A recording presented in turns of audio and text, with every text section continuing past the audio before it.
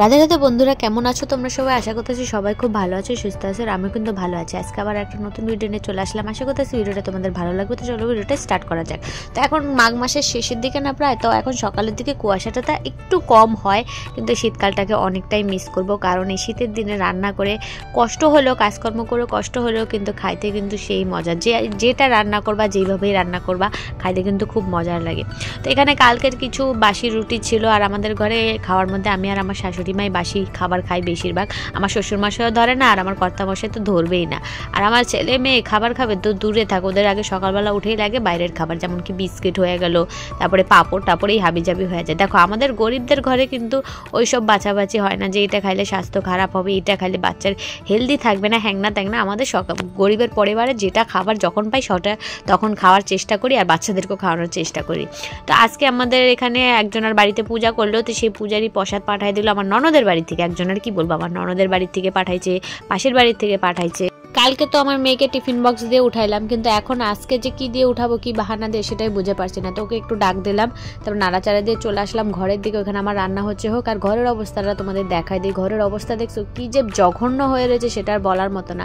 আমি আজকে যতই গোছাই না কেন, কালকে সকাল অবধি কেন যাই না, ঘর পুরো আমার অগোছলো হয়ে যায়, এদিক ওদিক জিনিসগুলি পড়ে থাকে। আমার না নিজেরই খুবই খারাপ লাগে ঘরের মধ্যে ঢুকতে, আর লোকে এসে যে কীভাবে সেটা তো রইলই পড়া। তো আমি প্রায় দিনই চেষ্টা করি যে জামা কাপড় সাথে সাথে আইনা ভাঁজ করে রাখার, কিন্তু জানো তো হয় না। আয়ুষ খুবই জ্বালাতন করে, আর দু এক সময় এত তাড়াহুড়োর মধ্যে কাজগুলি করতে হয় না যে সময় হয়ে ওঠে না বলতে পারো। তো এখন একটু সময় পাইলাম, ভাবলাম সকালের দিকে গুছাই নিই, কারণ আমার ঘরে তো একটু ছোটো মোটো দোকান আছে, তো দোকানে লোক আসতেই থাকে। আর নিচে যে মেশিনগুলি ছিল চোখের নিচে, সেগুলি বাইর করা হয়েছে। আমার কর্তামশাই আজকে জল দিবে খেতে, আর বাবা মা তো আজকে চলে যাবে, তো আজকে লাস্ট জল দেওয়া আছে। বাবা মা আজকেই যাবে কুম্ভ মেলায়, আর ওনারা কোথাও যায় না সত্যি কথা বলতে। আজকে ওনারা যাবে, একদিকে তো খুশি আছি, আর একদিকে টেনশন আছে, কারণ ওনারা গেলে বাড়ির অনেক কাজ আছে যেগুলি মাঠের কাজ আমি করি না, তো সে কে করবে। তো সেই কারণে আমার থেকে বেশি আমার কর্তামশাইয়ের একটু চাপে পড়ে যাবে, কারণ আমি টুকিটাকি করব, কিন্তু বেশিরভাগ দায়িত্বটা আমার কর্তামশাইয়ের গাদে চলে আসবে। একে তো ওনাকে বাজারে যাইতে হবে, তারপরে আবার শাক সবজি যা আছে সবগুলো গুছাইতে হবে। তো সেই কারণে আর কি একটু টেনশন হচ্ছে। আর বাড়িতে বুড়াবুড়ি থাকলে কিন্তু একদিকে ভালো হয়, হ্যাঁ একদিকে কেচড় মেচড় তো করবে, সেটা তো অবশ্যই সব ঘরে বুড়াবুড়িরা করেই, কিন্তু তাদের থাকাটাও যে কতটা জরুরি সেটা সময়কালে ঠিক বোঝা যায়। তো আমি যতই বলি না কেন, তারা আমার সাথে কিচির বিচির করে, কিন্তু একদিকে না যখন না থাকে না, তখন খুবই খারাপ লাগে জানো তো। এই যে গত বছর তারা কাশিতে গেছিলো, গত বছর বলবো না, 2 বছর আগে গেছিলো কাশিতে, তখনও প্রায় 1 সপ্তাহের মতো ছিল। তখন যে বাড়িটা এত খালি লাগছিল যে কি আর বলবো।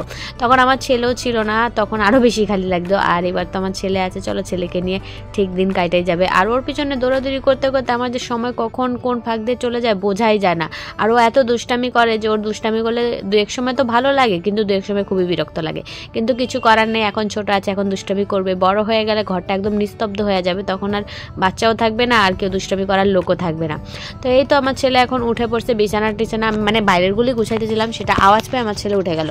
আর ওর কান এতটাই পাতলা যে ওর পাশে তুমি আসতেও কোনো কথা বলতে পারবা না, ও ঠিক উঠে যায় আর বুঝেও যায়। আর ওর পাশ থেকে আমি উঠলে তো আর কোনো কথাই নেই, জোর জবরদস্তি যতক্ষণ রাখতে পারো রাখো, নাহলে কিন্তু ওর কোনো মতেই থাকবে না। তো এখানে ওকে নিয়ে চলে আসলাম, আমার জলটা গরম হয়ে গেছে, চাল দিয়ে দিলাম, তার সাথে এখানে আমার শাশুড়ি মায়ের ব্যাগ ট্যাগ গুছানো দেখাই দিলাম। ওনারা কোথাও গেলে কিন্তু কম জিনিসও হয়ে যায়, কিন্তু আমরা কোথাও গেলে কেন হয় না বুঝতে পারি না। আমরা এটা ওইটা সেটা নিতে নিতে 2টা-3টা তো ব্যাগ হয়েই যায়। আমার শ্বশুরমশাই আর শাশুড়ি মা এমনিতেও কোথাও যায় না, কিন্তু যখনই যায় না তখন আমি এই জিনিসটা খুবই নোটিস করি। আর মানে একটা ব্যাগে মানে ফুল হয় না, অর্ধেক ব্যাগই ধরো হয়ে যায় ওনাদের জামা কাপড়ে, কয়টা নেয় কয়টা না নেয় বোঝাই যায় না। তো সেরকম যদি আমরাও হতে পারতাম, তাহলে হয়তো জীবনটা আমাদের এরকম থাকতো না, তাই না বলো? আমরা তো হচ্ছি বেহিসাবি বলতে গেলে। সত্যি এই যুগের যে এই জেনারেশনগুলি আছে, আমাদের জেনারেশনগুলি, সেগুলি সত্যি বলতে বেহিসাবি। আগেরকার মতো যদি থাকতাম, তাহলে আমাদের জেনারেশনের মানুষগুলি কতটাই না ভালো থাকতো, তাই না বলো? যুগের সাথে তো তাল মিলিয়ে থাকতে হবে, তাই না বলো? না হলে যুগের সাথে তাল না মিলালে একদম পিছিয়ে যাব আমরা। তো এখানে দেখো কথা বলতে বলতে আমার জামা কাপড় ধোয়া থেকে শুরু করে সকালে সমস্ত কাজই হয়। আর এই তো এখন বাবা মা দুইজনেই কুম্ভ মেলার জন্য রওনা দিল। ওনাদের যাওয়ার সময় ছিল 12টা, কিন্তু 12টা করতে করতে দেখো 3:45 বাজে গেল। আর আমাদের পাড়াতে চলতেছে কীর্তন, মানে আজকে শেষ দিন, আর আজকে ওনারা যাবে কিন্তু প্রসাদটা পাইলো না। আর আমি এবার কীর্তনে যাই নাই, সেটা তো তোমরা ভিডিওর মাধ্যমে দেখতেই পারলা যে কোনো ভিডিও আসে না কীর্তনের। আর মনটা খুবই খারাপ খারাপ লাগতেছে। একে তো কীর্তনে যাইতে পারি নাই, তারপরে মৎসবের দিন প্রসাদও খাইলাম না, তারপরে বাড়ি থেকে সবাই চলে গেল। বাড়িটা যেন কেমন যেন একটা ফাঁকা ফাঁকা লাগতেছে, মানে সবসময় ভরা ভরা লোক থাকে না, সেই বাড়িটাতে যদি একদম হঠাৎ করে লোকজন চলে যায় কিন্তু খারাপই লাগে। তো আমার অনুষ্ঠান বাড়িতে গেলেও ঠিক এরকমইটা লাগে, কিন্তু কিছু করার নাই, এখন পরিস্থিতি এরকম সামলায় নিতেই হবে। তো এখানে এখন রাত্রেবেলা মানে আমাদের এখন খেতে জল দিচ্ছিল, তো সেই লোকটাকে রাত্রেবেলা খাওয়াবো বললো ওর বাবা, যে আজকে খাওয়াইলে শেষ হয়ে যাবে। তো সেই কারণে ওর বাবা বললো যে ফ্রাইড রাইস আর মাংস কইরো। তো সেই কারণে বসে পড়লাম ওগুলি প্রস্তুতি করতে। ছেলে তো ঘুমাইছে একটু, তো এই ফাঁকে না করলে হবে না, কারণ ও উঠলে একদমই জ্বালা যন্ত্রণা শুরু করে দেবে, আর ওকে নিয়ে একদমই করা যাবে না, তারপরে মানে অনেক ব্যাপার হয়ে যাবে। তো সেই কারণে এখন বসে বসে সবজি টবজি কাটে নিলাম। আর আমার মেয়ে ওই যে বললাম মৎস্য আছে, তো সেইখান থেকে একটু খিচুড়ি নিয়ে আসলো ওর ভাইয়ের জন্য, কিন্তু আমি ভাবলাম যে এতটা তো খাবে না, আমি খাই। তো খায় দেখলাম যে অনেকটাই ঝাল আছে, আমার ছেলে খাইতেই পারবে না। আমি কি করলাম, সবটুকুনি নিয়ে নিলাম, কারণ ও শুধু শুধু নষ্ট করবে, বেকার খাবেও না, ফেলে দিবে, তার চাইতে আমিই খাইয়া নিই, ভালো হবে। মানে আমি জানা সত্ত্বেও যদি ওর জন্য রাইখা দেয়, ও নষ্ট করবে, তারপরেও আমার পাপই হবে। তো সেই কারণে আর ওর জন্য ডাকলাম না, আমি খাই নিলাম। আর এখানে সোজাসুজি সন্ধ্যা টন্দা দিয়ে চলে আসলাম রান্নাঘরে। প্রায় এখন 6:30টার মতো বাজে, রাঁধতে 8টা 8:30 তো বাজে যাবে, গরম গরম সবাই খায় নেবে। তো এখানে যেহেতু বিকালবেলা আমি মশলা টশলা সবই বানিয়ে রাখছিলাম, তো মাংসটা ধুয়ে সব মশলা মাখায় রাখলাম। আর এখানে সবজি টবজি তো সবই কাটাকুটি ধোয়া টোয়া করে রাখা দিছি। আর এখানে ভাতটা হচ্ছে, আগে ফ্রাইড রাইসটা করবো, মানে ফ্রাইড রাইসটা করবো না আর কি, ভাতটা উপুট করে তারপরে মাংসটা বানায় নিব, তারপরে করব ফ্রাইড রাইস। আর এখানে আজকে আমার ননদ, নন্দাই আর ননদের মেয়ে, ওরা 3 জন আসবে। তার সাথে সাথে আছে যে জল দিচ্ছে সেই লোকটা, আর আমরা তো ঘরের 3 জন আছি। আর আজকে মানে এর আগের একবার বানাইছিলাম জানুয়ারি মাসের ফার্স্টের দিন, সেদিনকে এত ভালো হয়েছিল খাইতে, তো সেই কারণে ওর বাবা বলে একটু বেশি করে বানাই, তো পরের দিন যেন খাইতে পারি। আর এতটাই বেশি হয়ে গেছিল যে মানে সবাইকে আবার সেকেন্ড বার করে দিতে হয়েছিল। মানে পরের দিন ওই আশেপাশের বাড়িতে দিলাম, তারপরে আমার বান্ধবীর বাড়িতে দিলাম, তারপরে আমার ননদের বাড়িতে ওর যাকে দিলাম, মানে দেওয়ার কথা কোনো ছিলই না, ওই অনেকটাই বেশি হয়ে গেছিলো বলে। জানো তো ঠিকঠাকই বানাইছিলাম। কি হয়েছে ব্যাপারটা, কালকে ছিল মৎসব, তো সবাই খিচুড়ি খাইছে, সন্ধ্যার দিকে তারা খিচুড়ি খাইছে, আর রাত্রে 8টা 9টার দিকে কি আর পেট ভরে খাইতে পারে, তাও যতটা খাইছে ভালোই খাইছে। আর রান্নাটা যে খারাপ হয়েছে তেমনটা না, রান্নাও কিন্তু ভালোই হয়েছিল। আজকের মাংসটাও স্বাদ হয়েছিল, আর ফ্রাইড রাইসটাও ভালোই লাগছিল কিন্তু। আর যারা খাওয়ার মানে আমার শাশুড়ি মা ভালো খায়, কিন্তু উনি আজকে বাইরে নেই, তো তার জন্য একটু মনটা খারাপ লাগতেছে। সে যতই কটু কথা বলুক না কেন, তারপরেও তো আমাকে ভালোবাসে বলো, তার জন্যই তো আমার প্রতি একটা মায়া আলাদা আছে, সেটা সে না বুঝালেও আমরা ঠিক বুঝে নিতে পারি, সেটা বুঝতে হয়। সবাই কি তার ভালোবাসা, মায়া, টান সেগুলি কি সামনে সামনে দেখায় বলো? কখনোই দেখায় না। তার হাত মানে প্রত্যেকটা সময়তে বুঝতে হবে নিজেকে, যে সে তোমাকে কতটা ভালোবাসে, নাকি তোমাকে ব্যবহার করতেছে। তো সময়ের উপরে সবটা থাকে। তো আমি বুঝতে পারি যে আমার শাশুড়ি মা আমার জন্য একটু কেয়ার করে, সে যতই রাগ অভিমান দেখাক না কেন, কিন্তু আমার প্রতি তার একটা আলাদাই ভালোবাসা আছে, সেটা দেরিতে বুঝলে আমি বুঝতে পারছি।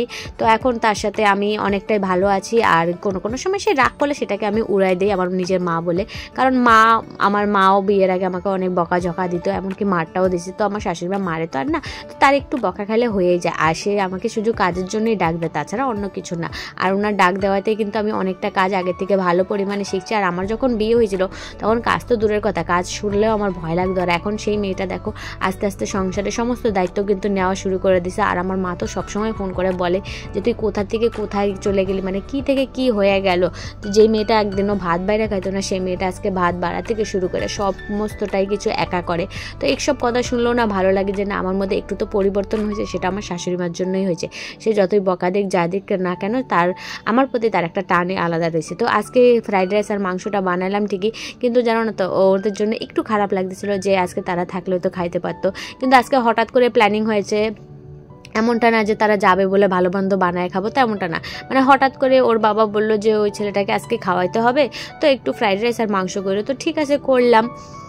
এই নিয়ে 2বার আমি ফ্রাইড রাইস বানালাম। আমার জীবনে কেমন হয়েছে সেটা তো আমি বুঝতেই পারছি, আমি নিজে খাওয়া লোকেকে খাওয়াও।